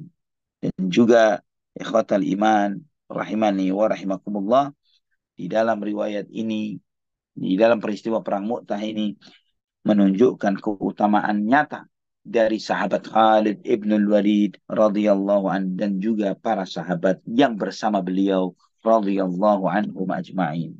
Ini di antara keutamaan-keutamaan mereka, di antara hal-hal besar yang bisa kita lihat, yang bisa kita dengar, yang bisa kita baca dari peristiwa perang Mu'tah, yang insya Allah, ya, kita akan membahas pada kajian berikutnya, ya, yang yaitu Syariah Zatis Salasil, ya, perang Zatus Salasil. Yang Zatus Salasil ini eh, nama tempat, ya, nama tempat yang disebut dengan Zatus Salasil. Ikhwatal iman rahimani wa rahimakumullah. Pada pertemuan berikutnya nanti kita akan membahas apa yang menjadi trigger atau pemicu terjadinya syariah Dhatus Salasil dan bagaimana terjadinya peperangan itu. Insya Allah kita akan membahasnya pada pembahasan di kajian yang akan datang. Wallahu ta'ala ala wa alam bisawab. Barakallahu fiikum. Silakan kalau ada yang Masya Allah, ditanyakan. barakallahu fiik. Masya Allah, barakallahu fiik, Ustaz Zuna. Alhamdulillah, sangat menarik sekali dan banyak berbagai hikmah yang dapat kita tuai, yakni adalah salah satunya fenomena yang masih terjadi di lingkungan kita, yakni tanda petik berpesta di atas kematian orang lain. Dan mudah-mudahan tadi tips ataupun juga cara-cara yang pernah dilakukan oleh Ustazuna Ali dapat kita duplikasi, kemudian juga modifikasi sehingga kehadiran sunnah itu dapat membersihkan perbedaan-perbedaan, insya Allah ya. Barakallahu fiik. Allah Baik, ibarik. untuk selanjutnya kami persilahkan kepada jamaah yang ingin bertanya. Baik itu pertanyaan yang dapat disampaikan secara langsung dengan mengklik tombol raise hand pada aplikasi Zoom Meeting ini, ataupun juga pertanyaan melalui chat box di Zoom Meeting ini. Kami persilakan kepada jamaah. Dan sambil menunggu pertanyaan dari yang jamaah, itu pun juga pernah terjadi Ustadz yang tadi itu bukan bukan hanya perbedaan pendapat, tapi sebetulnya perbedaan pendapatan begitu. Itu betul waktu anak SD itu eh, mendengar dari kakek ya di daerah Nah, Pajagalan, Pajagalan Bandung saja. Masya Ah, Allah. itu begitu. Nah, ternyata ketika diskusi dari hati ke hati sambil ngobrol, ya ternyata eh, dari asatidz yang sering melakukan eh, pesta kematian itu ternyata ya kalau saya melakukan seperti yang Anda lakukan, nanti jemaah saya gimana? Saya kehilangan begitu. Ya intinya Masya Allah. yes, begitu ya sebetulnya gitu. Dan mereka itu sebagian dari mereka juga mengetahui bahwa oh ya ini salah. Tapi kan dibuatlah tapikan-tapikan yang lain begitu ya untuk membenarkan Salahnya masalah untuk pendapatan ini. membenarkan ini. Kalau hilang Betul. pendapatan repot. Betul begitu Ustaz. Tapi Masya alhamdulillah Allah. di sini sudah ada yang resen Abi Yahya yang sudah resen kami persilakan Abi Yahya untuk menyampaikan pertanyaannya. Assalamualaikum warahmatullahi wabarakatuh. Waalaikumsalam warahmatullahi wabarakatuh. Jazakumullah khairan Ustaz atas penyampaian materi pada malam hari ini. Saya ingin bertanya pertama, apakah ini kali pertama umat Muslim berhadapan dengan orang-orang Nasrani di Ghazwa Mu'tah ini? Itu yang pertama. Dan yang kedua, hmm, apa di Ghazwa Mu'tah ini ada tidak cawe-cawe dari orang-orang Quraisy dan orang-orang munafik? Itu Ustaz. Itu saja Ustaz, dua pertanyaan dari saya. Nah, Wassalamualaikum warahmatullahi wabarakatuh. Waalaikumsalam warahmatullahi wabarakatuh. Apakah ini pertama kali kaum muslimin berhadapan dengan Romawi sahih? Hadis sahih. Bahwa ini pertama kali kaum muslimin berhadapan langsung face to face dengan tentara Romawi. Dan itu menjadi bekal besar ya, bagi para sahabat radhiyallahu anhum yang bisa antum bayangkan bahwa suatu pasukan, jangan bicara jumlahnya, bicara nyali saja, mental saja. Misalnya tiba-tiba tentara Indonesia harus berhadapan dengan tentara Rusia atau Amerika, ya, yang ya sudah punya track record yang luar biasa menghadapi banyak tentara di luar sana. Tiba-tiba tentara kita yang ya kita tidak mengecilkan, tapi kita melihat bahwa tentara Amerika dengan segala kiprahnya, perannya, persenjataannya, strateginya, dan lain sebagainya, permodalan yang pembiayaan untuk mereka yang begitu luar biasa, kita tiba-tiba harus berhadapan dengan mereka. Yang muncul di awal di hati para tentara adalah rasa ciut nyalinya, ya, merasa kecil. Waduh, ini berhadapan dengan pasukan yang paling top di dunia, dengan eh, anggaran persenjataan yang paling dahsyat di dunia, dengan ini dan itu dan lain sebagainya. Ya, mental ini juga muncul di hati sebagian sahabat radhiyallahu anhum. Bagaimana mereka tiba-tiba mereka harus berhadapan dengan Romawi. Romawi, tentara yang paling top pada saat itu. Namun, subhanallah, dengan bagaimana hasil dari peperangan ini, ikhwatal iman rahimani wa rahimakumullah, membuat hati para sahabat semakin berani, ya, bahwa oh ternyata cuma segitu saja. Maka di momen-momen berikutnya mereka lebih berani lagi untuk berhadapan dengan tentara Romawi, Persia bahkan dan yang lainnya. Dan kita membaca di dalam sejarah bagaimana Allah memberikan kemuliaan dan kemenangan kepada kita, kepada umat Islam melalui tangan para sahabat radhiyallahu anhum ajma'in. Apakah ada peran orang munafik dan orang Quraisy dalam peristiwa Mu'tah? Tidak ada sama sekali. Kenapa tidak ada? Karena Quraisy tertahan dengan perjanjian Hudaybiyah. Ya, Quraisy tertahan dengan perjanjian Hudaybiyah. Mereka tidak intervensi di dalam hal ini. Karena itu akan menimbulkan masalah besar bagi mereka ketika mereka mencoba cawe-cawe, ya, mulai masuk ke dalam ranah yang sudah ada pembatasan perjanjian antara mereka dengan umat Islam. Termasuk juga orang munafik. Orang munafik nggak bakal jalan jauh-jauh, ya, peperangan yang sejauh itu, ya, melewati perbatasan Jazirah Arab itu tidak akan mereka tempuh. Mereka hanya cari yang enak-enak saja, yang perkiraannya akan menghadapi kemenangan atau mendapatkan kemenangan, maka mereka ingin berupaya untuk turut hadir, ya, seperti pada waktu peristiwa Khaybar. Wallahu a'lam bishawab.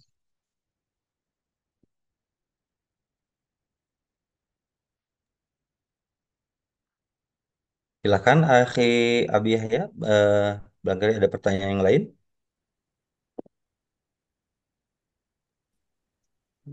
Cukup Ustadz, jazakumullah khairan atas pertanyaannya. Cukup dua itu saja tadi. Allah barik fik ya Abu Yahya. Baik, Masya Allah. Assalamualaikum warahmatullahi wabarakatuh. Waalaikumsalam warahmatullahi Waalaikumsalam wabarakatuh. warahmatullahi wabarakatuh. Tapi Alhamdulillah di sini melalui chat pun sudah ada yang bertanya dari Akhi Agus Sumarna. Nah, Bismillahirrahmanirrahim. Assalamualaikum Ustaz, Barakallahu Fiq. Afwan izin bertanya terkait perang Mu'tah ini, apakah benar ada panglima Romawi yang masuk Islam ketika sebelumnya duel satu lawan satu dengan sahabat Khalid bin Walid radhiyallahu an? Jazakumullah khairan. Demikian Ustaz pertanyaannya. wallahu alam bishawab. Saya tidak tahu itu. Dan tidak disebutkan di dalam kitab sirah yang sedang Anda bacakan untuk antum semuanya. Mungkin dalam peperangan yang lainnya. Ya, mungkin dalam momen peperangan yang lainnya di masa-masa sesudah wafatnya Rasulullah Shallallahu Alaihi Wasallam. Entah itu di masa Abu Bakar atau di masa Umar radhiyallahu anhuma. Wallahu alam bishawab. Baik, Masya Allah. Baik jemaah, barangkali di antara jemaah yang lain yang hadir pada malam hari ini kami persilahkan jika Ya, ingin jazakumullahu ada khairan pertanyaan yang Kang ingin Zai. disampaikan. Silakan, Amar. Ya, Alhamdulillah, jazakumullahu khairan Ustadz atas materinya hari ini. Barakallah. Yang jadi pertanyaan Ustadz, Nah, kalau tadi Ustadz mengisyaratkan bahwa di masyarakat kita memang masih banyak sekali, bukan hanya di kalangan awam, tapi justru para pengurus masjidnya yang membuat-buat aturan yang aneh-aneh. Terkadang justru jamaahnya yang jadi terjepit. iya. Pertanyaannya Ustadz, mohon nasihatnya. Sebenarnya ini sering juga Ustadz nasihatkan, cuma nasihat Ustadz kali ini akan kami bawa ke keluarga kami yang kebetulan sepertinya akan membutuhkan Ustadz Nah, nasihat bahwa tahlilan itu tidak ada syariatnya di dalam Islam. Mohon nasihat Ustadz. Jazakumullahu khairan. barakallahu. Jazakumullah khair. Nah, pertama, ikhwafillah rahimani wa rahimakumullah. Kita melihat begitu banyak orang-orang mulia meninggal di sekitar Nabi kita Muhammad sallallahu alaihi wasallam. Dari Khadijah radhiyallahu anha, putra-putri Nabi radhiyallahu anhu majma'in, putra-putri Rasulullah sallallahu alaihi wasallam, 6 orang mereka wafat dan Nabi SAW masih hidup. Orang-orang yang begitu sangat bernilai di hati Nabi sallallahu alaihi wasallam. Namun itu tidak membuat Nabi sallallahu alaihi wasallam mengadakan momen dan event tersebut. Ya, orang-orang yang sangat dicintai oleh beliau. Demikian pula para syuhada Uhud dan yang lain sebagainya. Ikhwafillah rahimani wa rahimakumullah. Itu yang pertama. Bahwa sekalipun Nabi tidak pernah melakukannya terhadap orang-orang yang beliau cintai atau terhadap para sahabat radhiyallahu anhum, termasuk terhadap 3 sahabat yang 3 sahabat ini orang-orang yang sangat dekat dengan Nabi Shallallahu Alaihi Wasallam. Zaid bin Harithah, orang yang sangat dicintai oleh Nabi Shallallahu Alaihi Wasallam, hibbi Muhammad, hibbin Nabi, orang yang disebut sebagai kekasih Rasulullah Shallallahu Alaihi Wasallam. Ja'far bin Abu Talib, cukuplah apa yang menjadi peninggalan Ja'far menjadi sangat bernilai bagi Nabi Shallallahu Alaihi Wasallam dan beliau sangat care dan peduli terhadap anak-anaknya Ja'far. Ini menunjukkan begitu sayangnya Nabi SAW kepada Ja'far bin Abu Talib radhiyallahu anhu. Dan itu pun tidak membuat Nabi Shallallahu Alaihi Wasallam untuk mengadakan acara tahlilan tersebut.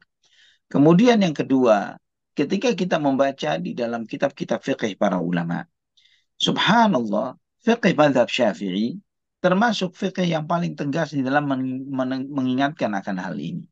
Bahwa amalan yang dilakukan untuk mayit itu pahalanya tidak sampai kepada mayit. Itu adalah pendapat yang sangat kuat yang disampaikan oleh para ulama dari mazhab Syafi'i, terutama Imam Syafi'i sendiri. Sebagaimana yang beliau sampaikan ketika menafsirkan firman Allah di surat An-Najm, wa an laisa lil insani illa ma sa'a wa anna sa'yahu sawfa yura. Wa an laisa lil insani illa ma sa'a wa anna sa'yahu sawfa yura. Dan sesungguhnya setiap orang tidak akan mendapatkan kecuali apa yang dia kerjakan, dan apa yang dia lakukan pasti akan ditunjukkan kepadanya, akan dilihatkan kepadanya. Di dalam menafsirkan ayat ini, Ibnu Katsir rahimahullah mengutip perkataan Imam Syafi'i, yang beliau mengatakan berdasarkan ayat ini dan ayat-ayat yang lainnya, maka Imam Syafi'i dan para ulama mazhab Syafi'i berpendapat bahwa menghadiahkan pahala bacaan kepada orang yang mati tidak akan sampai pahalanya. Ini pendapat Imam Syafi'i. pendapat Imam Syafi'i rahimahullah.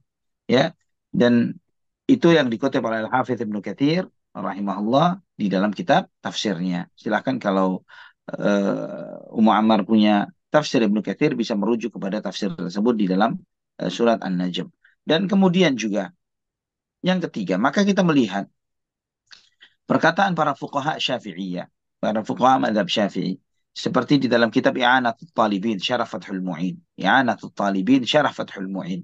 Ini di antara kitab yang mu'tamad, yang menjadi buku rujukan, terutama di pesantren-pesantren NU, ya, di negeri kita, yang mengkaji buku tersebut.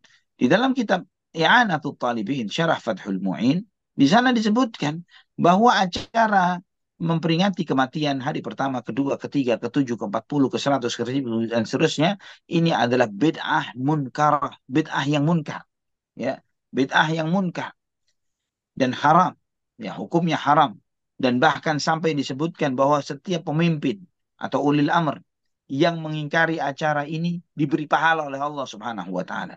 Ini buku-buku mereka.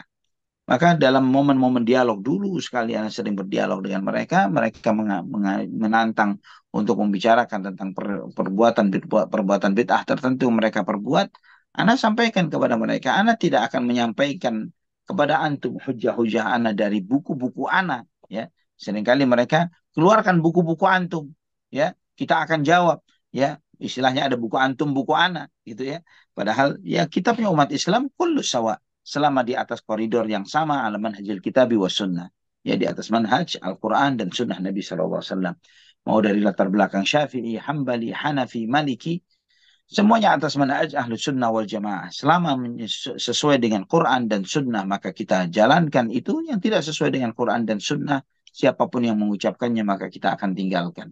Nah, berdasarkan tiga hal ini, ya, pertama, tidak pernah dipraktekkan oleh Nabi SAW terhadap orang-orang yang paling beliau sayangi.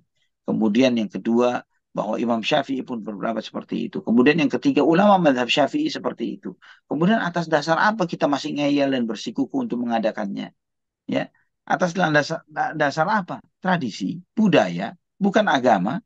Ya, melakukan hal-hal yang sia-sia, melakukan hal yang disebutkan oleh Nabi Shallallahu Alaihi Wasallam di dalam Sahih Muslim, man amila amalan laisa alaihi amruna fahuwa raddun. Barang siapa yang mengamalkan suatu amalan, tidak ada perintah, tidak ada contoh dari kami, pasti tertolak, pasti tertolak. Terus apa yang kita harapkan dari suatu perbuatan yang sia-sia yang pasti ditolak oleh Allah Subhanahu wa taala? Ikhwafillah rahimani wa rahimakumullah, orang yang sayang terhadap dirinya, dia tidak akan melakukan atau menceburkan dirinya, apalagi mengeluarkan kos dan biaya untuk sesuatu yang sia-sia dan bahkan berdampak dosa. Wallahu a'lam bishawab. Barakallahu fikum. Insya Allah. Ustaz. Boleh Nah, pertanyaan selanjutnya, Ustaz? ahlan wa sahlan, silahkan. Ya. Assalamualaikum warahmatullahi wabarakatuh. Ustadz, mohon nasihatnya, bila dalam anggota keluarga itu ada yang meninggal dan keluarga yang meninggal ini, misalnya keluarga laki-laki, sudah melunasi hutang piutang si mayit yang Nah, dititipkan kepada istrinya. Tetapi ternyata belakangan diketahui bahwa istrinya tidak amanah dan tidak membayarkan hutang yang sudah dititipkan itu. Apakah artinya untuk si mayit ini masih jadi beban, ataukah itu jatuh kepada tanggung jawab si istrinya yang sudah memegang uang yang diamanahkan untuk membayar hutang tersebut? Jazakumullahu iya, khairan atas nasihat Ustaz. Masya Allah. Yang terjadi ini adalah menunjukkan bahwa perempuan tersebut adalah wanita yang zalimah, yang jahat. Ya, dia sangat zalim dan dia jahat. Ya, bagaimana dia yang seharusnya seorang istri adalah peninggalan suaminya, dia adalah sesuatu yang dititipi amanah besar oleh sang suami.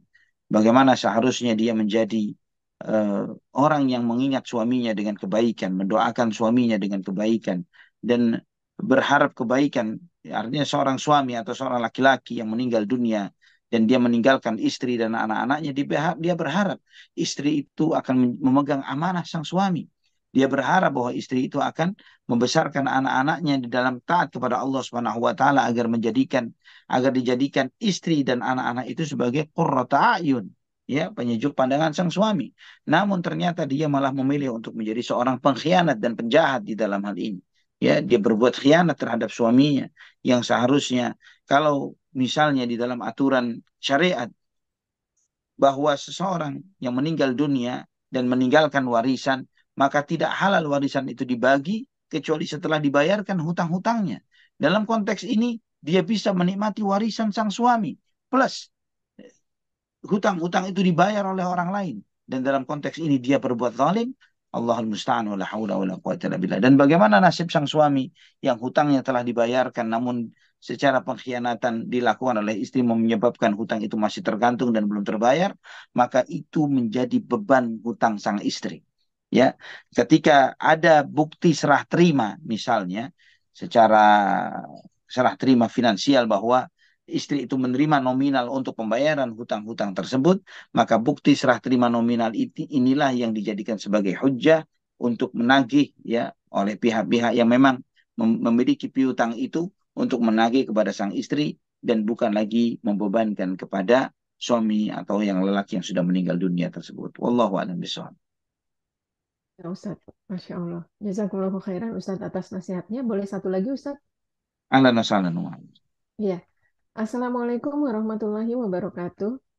Ustadz Waalaikumsalam. mohon nasihatnya bagi kami yang sudah tua sekali dan belum pernah ikutan pesantren, belum pernah ikutan majelis ilmu secara rutin Ustadz. Namun Nah, sekarang saya belajar pelan-pelan ikut kajian rutin dengan kitab.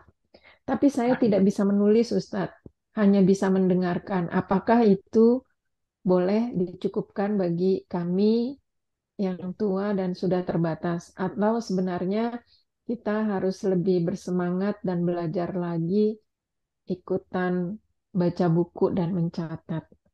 Mau nasihatnya Ustadz, jazakumullahu khairan.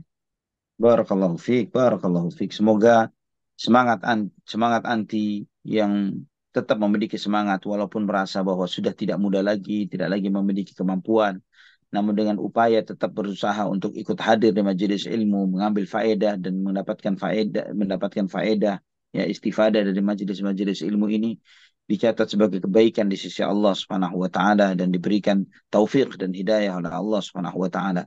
Ya Rabbana ya Karim. Allah Subhanahu wa taala telah menegaskan kepada kita la yukallifullahu nafsan illa wus'aha. Tidaklah Allah Subhanahu wa taala membebani seseorang kecuali orang itu mampu memikulnya. Maka jika anti merasa bahwa tidak sanggup lagi untuk mencatat, menulis, maka itu bukanlah suatu kewajiban dan keharusan bagi anti untuk mencatat dan menulis. Ana teringat dengan sebuah riwayat yang ketika ada seorang yang cukup tua, yang kemudian orang ini mengatakan kepada Nabi, ya Rasulullah, qad thaqula lisani wa azuma sinni wa azami, ya, bahwa lisanku telah berat ya Rasulullah, setelah keluh, sedangkan aku sudah tua, tulangku sudah rapuh ya Rasulullah. Ajarkan aku agar aku beribadah kepada Allah Subhanahu wa taala dengan membacakan surat-surat Al-Qur'an, beberapa surat di dalam Al-Qur'an. Kemudian Nabi Shallallahu Alaihi Wasallam mengajarkan kepadanya untuk membaca beberapa surat-surat yang dimulai dengan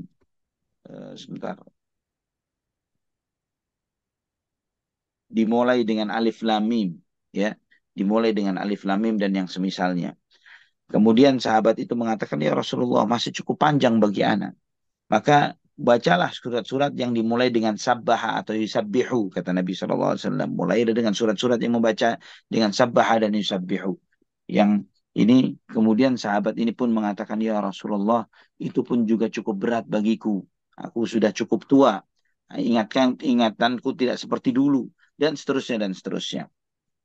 Akhirnya Nabi Shallallahu Alaihi Wasallam pun menyampaikan kepadanya, mengajarkan kepadanya untuk membaca di samping Al-Fatihah, membaca idza zulzilatil ardu zilzalaha wa akhrajatil ardu athqalaha dan seterusnya sampai akhir surat. Dan kemudian orang itu mengatakan, ya Rasulullah, ini yang kau ajarkan kepadaku dan aku tidak akan menambahkan yang lainnya. Aku cukup dengan surat Az-Zalzalah saja, tidak menambahkan dengan surat yang lainnya. Kemudian Nabi Shallallahu Alaihi Wasallam bersabda bahwa jika dia benar dengan apa yang dia ucapkan, maka dia selamat, dia sukses, dia min ahlil jannah. Ya, ini menunjukkan kepada kita, ikhwatal iman, bahwa agama ini adalah agama yang mudah. Ya, agama inna dina yusrun walan yushada hadzal din ahadun illa ghalabahu. Sesungguhnya agama ini mudah dan tidaklah orang mengeraskan dirinya, memaksakan dirinya dengan agama ini kecuali dia yang bakal kalah. Maka lakukanlah sesuai dengan kemampuan yang telah Allah Subhanahu wa taala berikan kepada kita. Wallahu a'lam bishawab. Masya Allah. Iya Ustadz, jazakumullahu khairan. Wa Ustadz ada yang jazakumullah. nambahin satu tentang doa, boleh Ustadz? Silakan. Boleh, Iya, silakan, Mam. iya. Assalamualaikum warahmatullahi wabarakatuh. Ustadz mohon Waalaikumsalam. nasihatnya bila kita sangat terbatas sekali punya hafalan doa, bolehkah senantiasa kita berzikir saja Ustadz? Artinya doanya banyakkan dengan bahasa Indonesia dan dari waktu ke waktu kita berzikir misalnya subhanallah walhamdulillah wala ilaha illallah wala haula wala quwata illa billah yang diulang-ulang tanpa jumlah yang teratur. Apakah boleh Nah, demikian Ustadz? Mohon nasihatnya jazakumullahu khairan. barakallahu fi. Bertasbih. Ya, pada hakikatnya, ikhwatal iman, rahimani wa rahimakumullah. Semua ibadah yang kita lakukan itu doa. Sebagaimana dijelaskan oleh para ulama, doa itu doaan. Doa itu dua macam. Doaul masalah dan doaul ibadah. Ya, doaul ibadah dan doaul masalah. Doa ibadah artinya semua aktivitas ibadah yang kita lakukan adalah doa. Kenapa semua ibadah yang kita lakukan adalah doa? Karena semua ibadah yang kita lakukan konteksnya adalah untuk mengharapkan rahmat Allah dan takut akan azabnya. Maka itu disebut dengan doaul ibadah. Kita sholat, kita puasa, kita sedekah, kita melakukan semua aktivitas kita, silaturahim, menjenguk orang sakit, ya, dan kemudian bertasbih termasuk dalam konteks ini adalah doaul ibadah. Doa yang konteksnya ibadah. Maka di dalam hadis khairud doa doa yaumi Arafah. Sebaik-baik doa doa hari Arafah. Kata Nabi sallallahu alaihi wasallam, "Wa khairu ma aquluhu ana wan nabiyyuna min qabli la ilaha illallah dahu la syarika la lahul mulku wa lahul hamdu wa huwa ala kulli syai'in qadir." Dan sebaik-baik ucapan yang aku ucapkan dan yang diucapkan oleh nabi-nabi sebelumku, la ilaha illallah dahu la syarika la lahul mulku wa lahul hamdu wa huwa ala kulli syai'in qadir. Di sini Nabi SAW menyebutkan sebaik-baik doa doa hari Arafah. Dan sebaik-baik yang aku ucapkan, la ilaha illallah dahu la syarikalah dan seterusnya. Padahal kita tahu kalimat la ilaha illallah dahu la syarikalah lahul mulku wa lahul hamdu wa huwa ala kulli syai'in qadir bukanlah konteksnya bukan doa, tapi itu adalah zikir. Ya seperti subhanallah alhamdulillah wa la ilaha illallah Allahu akbar dan seterusnya. Itu adalah zikir bukan doa. Tapi Nabi SAW memasukkan itu dalam bagian dari doa. Wallahu a'lam bishawab. Kemudian yang kedua, doa itu doa masalah. Doa yang isinya memang permintaan memohon kepada Allah Subhanahu wa taala. Apakah boleh memaksimalkan dengan tasbih, takbir, tahmid, tahlil dan kemudian doa-doanya diambil dari doa dari bahasa Indonesia dari bahasa kita sendiri? Kalau ditanya bolehnya boleh. Namun jangan sampai antum melewatkan doa yang diajarkan oleh Allah Subhanahu wa taala dan Rasulnya.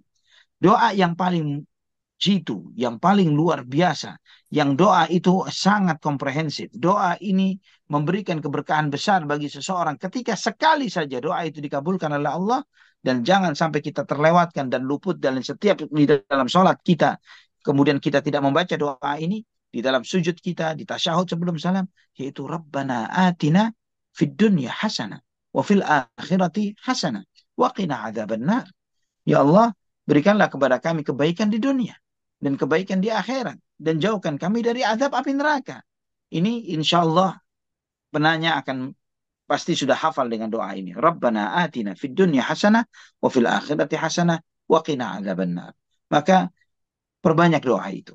Ya, di samping tasbih, takbir, tahmid, tahlil yang nanti baca, termasuk juga memperbanyak salawat kepada Nabi Muhammad sallallahu alaihi wasallam. Wallahu a'lam bishawab. Masya Allah. Ya Ustadz, jazakumullahu khairan. Sepertinya kalau Wa yang itu jazakum. semua orang hafal kaum Hafal. muslimin. Iya. Itu the best Ya doa. Ustadz. Bahkan Ya Umar Ustadz. Ibnul Khattab ketika tawaf, 7 putaran itu beliau hanya membaca doa itu saja, nggak membaca yang lain. Masya Hanya Allah. membaca Rabbana atina fid dunya hasanah wa fil akhirati hasanah wa qina adzabannar sebanyak 7 putaran ketika tawaf mengelilingi Ka'bah. Karena beliau sangat paham ketika doa itu dikabulkan sekali saja, dunia akhirat seseorang beres, clear urusannya. Wallahu a'lam bishawab. Ya Ustadz, Masya Allah. Jazakumullahu khairan Ustadz atas Wa nasihat dan jazakumullah. jawabannya. Baik, Masya Allah. Terima kasih Amr, pertanyaan-pertanyaan dari jemaah di Amerika dan Kanada yang Masya Allah itu pun akan menambah wawasan kepada kita semua. Barakallahu fiik. Alhamdulillah tepat pukul 21.30 dan tidak ada lagi jemaah yang bertanya. Sebelum diakhiri kajian mungkin berkenan Ustaz memberikan kesimpulan pada kajian malam hari ini. Tafadhol ya Ustaz. Nah, insya Allah materi kita berikutnya adalah Zariyah Zatus Salasil atau perang Zatus Salasil yang kita akan melihat bagaimana dari perjalanan kehidupan Nabi kita Muhammad SAW yang mengajarkan kepada kita untuk tidak hidup bersantai-santai. Hidup adalah untuk perjuangan, hidup adalah untuk lillah karena Allah Subhanahu wa taala. Terutama bagi kita yang telah diberi anugerah hidayah, ilmu dan amal oleh Allah Subhanahu wa taala. Tidak cukup seseorang itu dirinya baik, tapi hendaklah seseorang itu setelah diberi kebaikan oleh Allah Subhanahu wa taala untuk dirinya adalah berupaya untuk memperbaiki yang lainnya. Ya, karena itulah kunci keselamatan kan, karena ini hanya dengan cara itulah seseorang itu dijauhkan dari kerugian sebagaimana yang Allah firmankan wal asr innal insana lafi khusr illa alladziina amanu wa 'amilus shalihat wa tawasaw bil haqq wa tawasaw bis sabr. Demi waktu sesungguhnya semua manusia sungguh berada di dalam kerugian kecuali yang beriman dan beramal saleh dan saling menasihati dengan kebenaran dan saling menasihati dengan kesabaran. Wallahu a'lam bishawab. Sampai di sini ikhwafillah. Aku qauli hadza subhanakallahumma bihamdik asyhadu an la ilaha illa anta astaghfiruka wa atubu ilaik. Wassalamualaikum warahmatullahi wabarakatuh. Waalaikumsalam warahmatullahi wabarakatuh. Syukur jazakumullah khairan kepada Ustazuna Ali yang telah menyempatkan hadir berbagi ilmu dan membimbing kita untuk arahkan untuk sama-sama mempelajari ilmu syar'i, terlebih untuk menambah wawasan kita tentang sirah Nabi Shallallahu Alaihi Wasallam. Semoga waktu yang Ustaz curahkan pada malam hari ini menjadi pahala jariah untuk Ustadz dan juga keluarga di tengah kesibukan, di tengah kelelahan aktivitas seharian, mudah-mudahan menjadi pahala yang besar di sisi Allah Subhanahu wa taala. Ya, Jazakumullahu ya, khairan Sazuna. Dan wa kami jazakumullah khair. haturkan baik terima kasih kepada eh, panitia ataupun juga pengurus Bumi Mengaji yang bertugas pada malam hari ini juga kepada jemaah setia Bumiku Mengaji yang senantiasa hadir di kajian Sirah Nabi Sallallahu Alaihi Wasallam. Barakallahu fikum. Alhamdulillah, subhanaka Allahumma bihamdika, asyhadu alla ilaha illa anta, astaghfiruka wa atubu ilaik. Mohon maaf atas segala kekhilafan selama memandu ke kajian, barangkali ada yang tidak berkenan. Barakallahu fikum. Assalamualaikum warahmatullahi wabarakatuh. Selamat istirahat. Barakallahu fikum, Ustaz. Selamat Assalamualaikum. istirahat. Nah, barakallahu fikum. Ya fikum. Jazakumullah khair Kang Sin. Yang lainnya. Amin. Assalamualaikum Jazakallahu warahmatullahi wabarakatuh. khair, Ustazana. Jazakallah khair.